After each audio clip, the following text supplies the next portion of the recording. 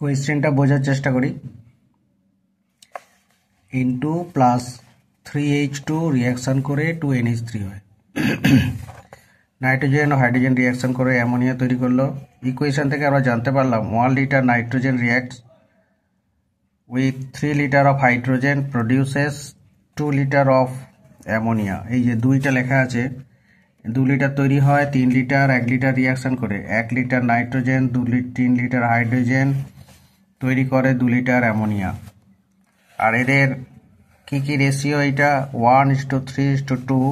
1:3:2 হচ্ছে nitrogen hydrogen অ্যামোনিয়ার জন্য volume ratio.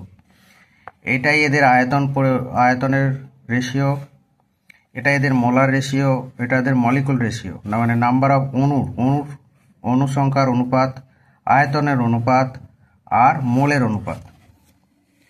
যখন temperature same or standard condition.